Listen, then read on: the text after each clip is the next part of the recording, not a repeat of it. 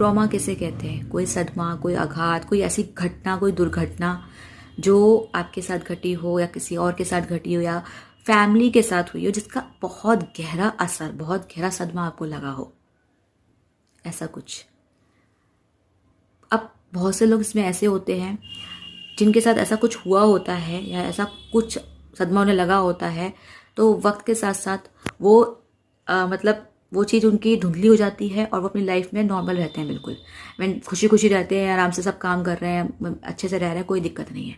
लेकिन अगर किसी वजह से वो ट्रिगर हो गई और उनको वो रिमाइंड हो गया, दोबारा से सरफेस पे आ गया, दबी हुई थी वो चीज़ पर वो अब सरफेस पे आ गई, तो फिर से उनको प्रॉब्लम होने लगती है उस चीज़ से।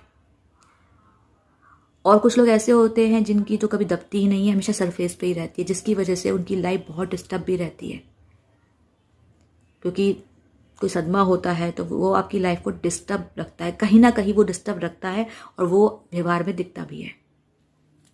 वो डिपेंड करता है कि किस तरह का सदमा लगाओ, क्या लगाओ, तो जो भी है। तो ये सरफेस पे तब तक ही आएगा, आता रहेगा जब तक ये परमानेंट हील नहीं हो जाता। अगर टेम्परेरी रहेगा तो ये बार बार सरफेस पे आता रहेगा। आपको कई बार तो लगेगा ये सब खत्म हो गया, लेकिन होता नहीं है, क्योंकि वो टेम्परेरी है, परमानेंट नहीं है। जैसे कोई चोट लग गई आपको, काफ़ी चोट लगी है आपको और आपने सोचा कि हल्की फुल्की करने से दवाई लगाने से ठीक हो जाएगी, लेकिन वो चोट ऐसी नहीं थी कि ऐसी आपकी दवाई लगाने से नॉर्मल ठीक हो जाएगी, लेकिन आपने ध्यान नहीं दिया उस समय, तो वो दब गई, लेकिन फिर कभी किसी समय पे वो सरफेस पे आ गई और आप हो सकता है कि आपको उससे कोई बड़ी प्रॉब्लम भी हो जाए।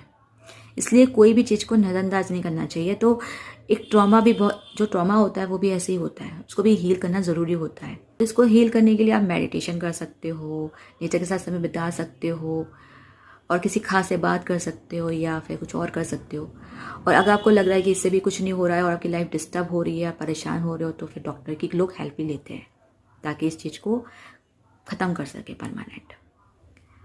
और ट्रॉमा ना ज़रूरी नहीं है कि आपके इसी जन्म का हो सकता है कि पिछले किसी जन्म का हो, इस लाइफ टाइम का भी हो सकता है, कोई पिछली लाइफ टाइम का भी हो सकता है।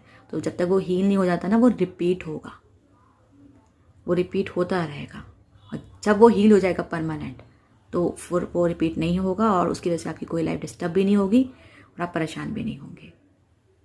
तो बस यही है कि कोई भी चीज़ अगर हील नहीं होती तब तक वो हमें परेशान करती रहती है। परमानेंट अगर उसका इलाज नहीं होता तो वो हमें परेशान करता रहता है।